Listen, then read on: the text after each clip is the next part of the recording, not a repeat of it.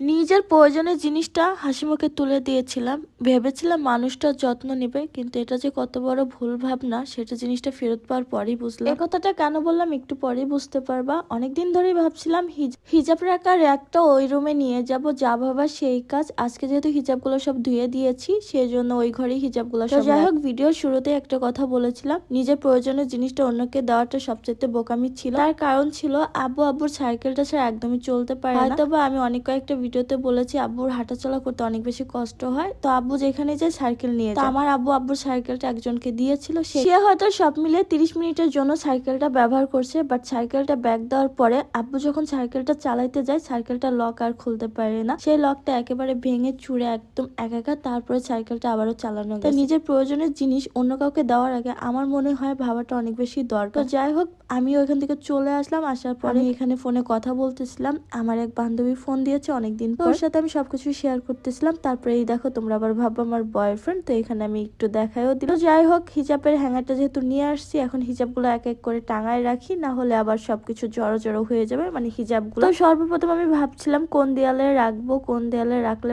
ভালো হয়। ভাবতে ভাবতে ভাবা শেষ, এখন এই দেয়ালেই রাখলাম। আর এখানে বলতেছি ঠিক আছে এখানেই রাখবো, ক্যামেরায় আবার তোমাদেরকে বলতেছিল। যাই হোক, আমি আমার হিজাবগুলো সব এক এক করে সাজানোর পরে আবারও তোমাদের সামনে শেয়ার করবো যে কেমন লাগতেছে। যাই হোক, তোমাদের সামনেই সাজাবো, একটু পরে আসতেছি ওই পার্টটা নিয়ে। এখন টাটা, আল্লাহ হাফেজ।